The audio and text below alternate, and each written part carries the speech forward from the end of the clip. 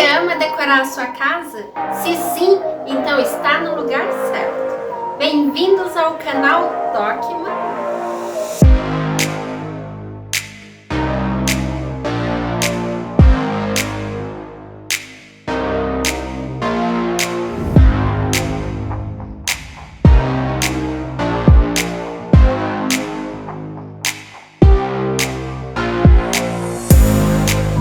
Sou a Manu e espero que todos estejam muito bem. Aqui você encontrará diversos artesanatos decorativos, todos voltados para decorar o seu lar. Se você acabou de chegar aqui no canal, se inscreva e ative o sininho. Assim você vai ficar por dentro de tudo. E não esqueçam de deixar o seu like, é muito importante para mim. E hoje trago passo a passo deste vasinho rústico que vocês acabaram de ver no início do vídeo. Ele foi feito com caixinha de leite. Na verdade, hoje, neste vídeo, não iria trazer este vasinho, eu tinha outro projeto. Só que infelizmente o meu projeto caiu no chão e virou 1000 pedacinhos. E como não poderia deixar de trazer algo para vocês, criei ele de última hora. E particularmente eu estou apaixonada por ele e espero que vocês gostem. Como todos os artesanatos que eu faço para vocês, eu trago com muito carinho. Me contem aqui embaixo o que vocês acharam dessa minha ideia de última hora.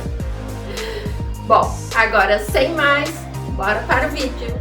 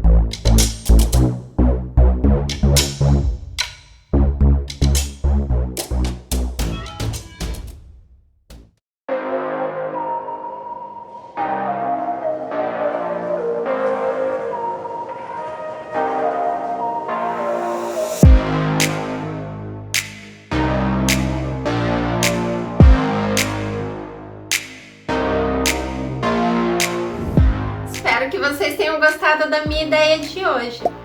Não esqueçam de deixar seu comentário, pois leio cada comentário com muito carinho. Se inscreva se você ainda não é inscrito e deixe seu like. Vou ficando por aqui, um beijo e até o próximo vídeo.